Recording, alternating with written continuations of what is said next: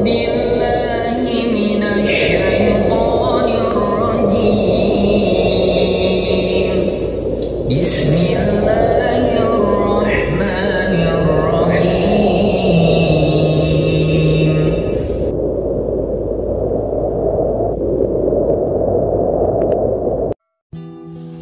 Assalamualaikum warahmatullahi wabarakatuh. Semoga kita semua dalam keadaan sehat walafiat. Amin amin ya rabbal alamin. Aku cinta Nabi dan Rasul. Materi kelas 4, pembelajaran kelima. Aku cinta Nabi dan Rasul.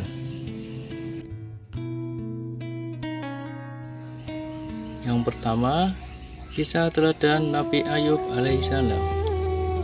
Nabi Ayub alaihissalam adalah keturunan Nabi Ishaq alaihissalam bin Ibrahim alaihissalam.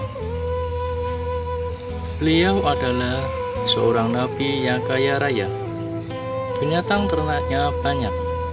Meski ladangnya luas, beliau tidak sombong. Nabi Ayub alaihissalam pernah mendapat ujian dari Allah SWT. Hartanya yang banyak hari demi hari berkurang sehingga ia jatuh miskin. Karena imannya kuat, setan tak mampu menggodanya. Kaya atau miskin merupakan ujian bagi manusia. Nabi Ayub alaihissalam baik ketika kaya raya atau ketika miskin senantiasa taat kepada Allah SWT, selalu bersyukur. Bahkan ketika ia jatuh miskin, harta yang ada selalu ia sedekahkan.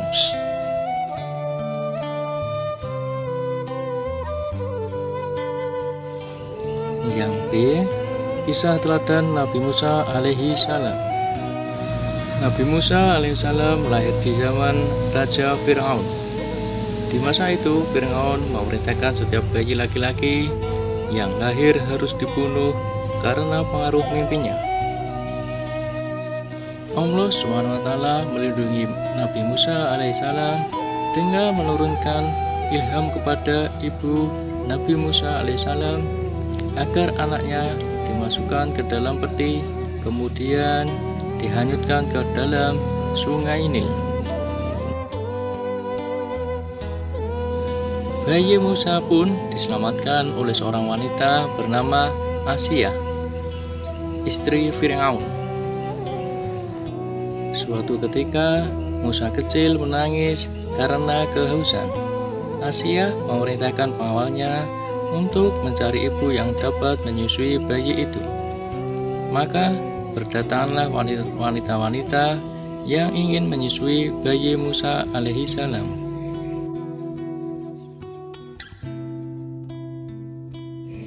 Hingga akhirnya datanglah seorang wanita bernama Yokabat. Wanita ini menggendong dan menyusuinya. Seketika itu juga Musa kecil terdiam dan berhenti menangis sampai tertidur nyenyak.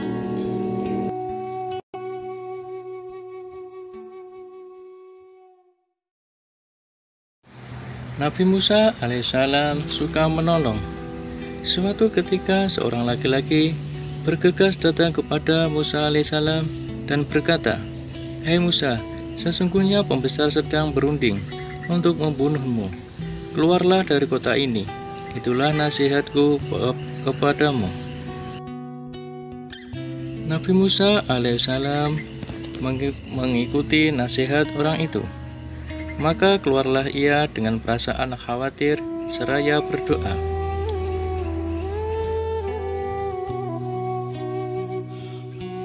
Sesampai di negeri Madian, ia menjumpai sekumpulan orang yang sedang memberikan minum kepada ternak mereka.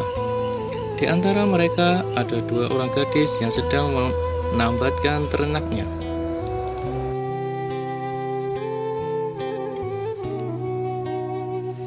Seketika itu juga Nabi Musa alaihissalam menolong kedua gadis itu untuk memberikan minum kepada ternak mereka.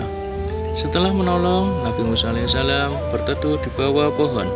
seraya berdoa, "Ya Tuhanku, sesungguhnya aku membutuhkan kebaikan yang Engkau turunkan kepadaku." Kedua gadis yang ditolong Nabi Musa alaihissalam pulang ke rumahnya dan menceritakan kepada ayah mereka bahwa telah ditolong seseorang yang berhati mulia.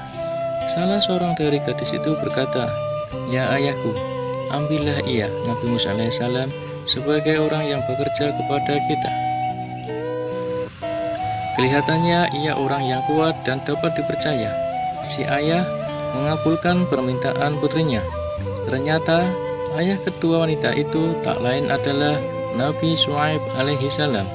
Disinilah perjumpaan antara Nabi Syuaib alaihissalam dengan Nabi Musa alaihissalam. Pada akhirnya Nabi Syuaib alaihissalam menikahkan salah satu putrinya dengan Nabi Musa alaihissalam.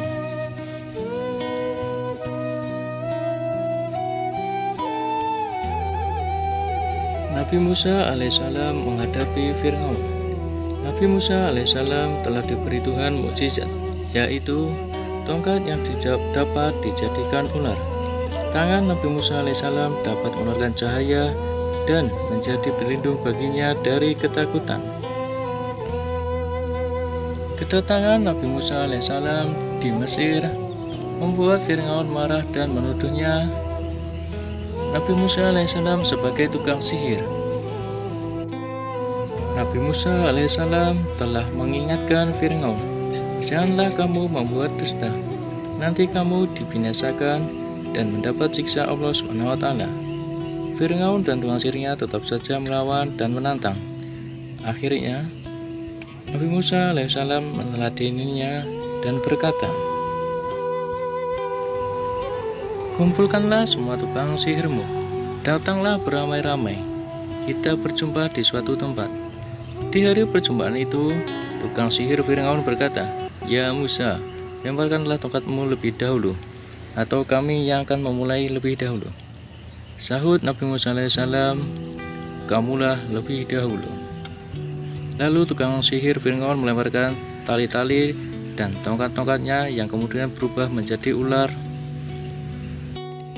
Di saat demikian Allah SWT berfirman, yang artinya, "Dan lemparkanlah apa yang ada di tangan kananmu, niscaya ia akan menelan apa yang mereka perbuat.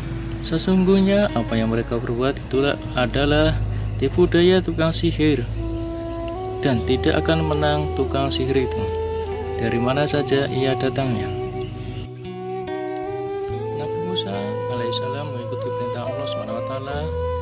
Kemudian ia melemparkan tongkatnya.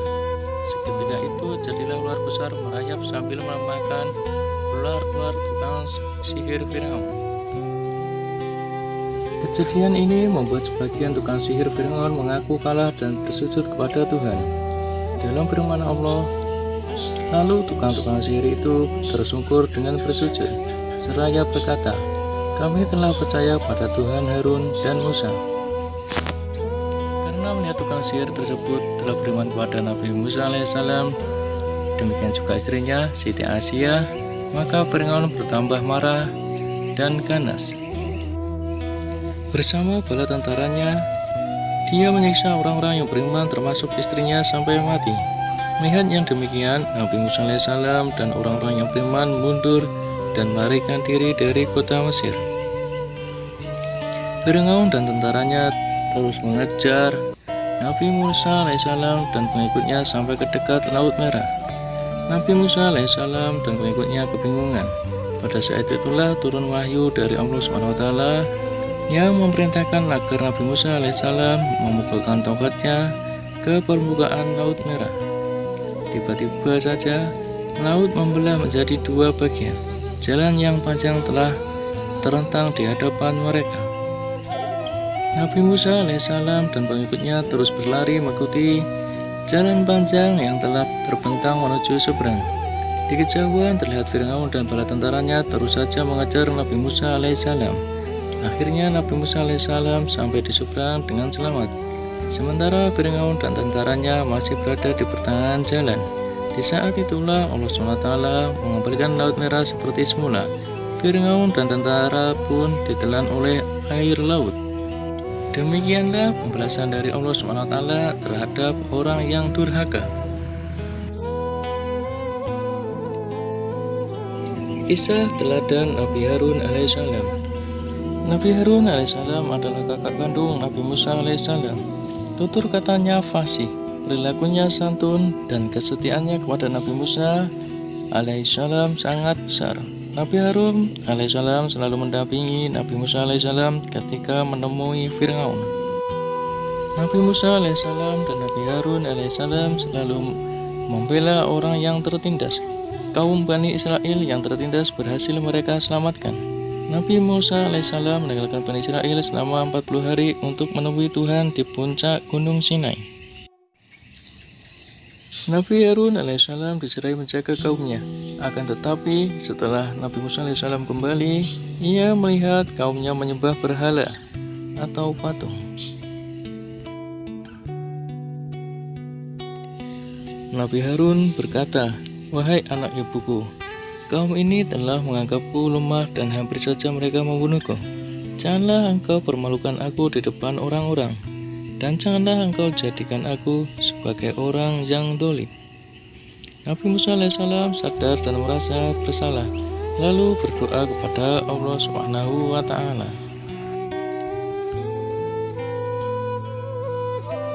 Kisah teladan Nabi Zulkifli alaihissalam. Nabi Zulkifli alaihissalam nama aslinya adalah Bashar. Nama Zulkifli didapat ketika seorang raja bernama Ilyasa atau Nabi Ilyasa mengumpulkan rakyatnya.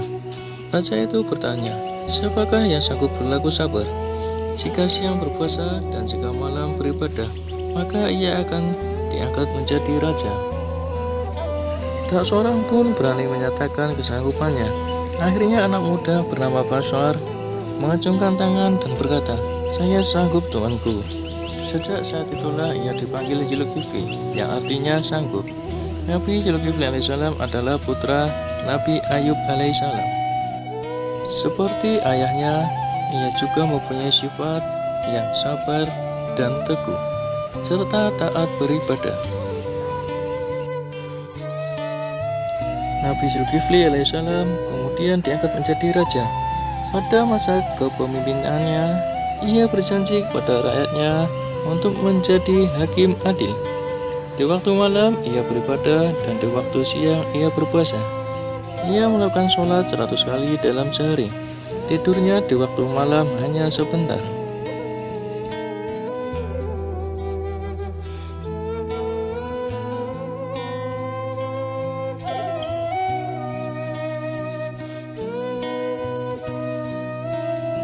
Terima kasih. Tetap semangat belajar. Wassalamualaikum warahmatullahi wabarakatuh.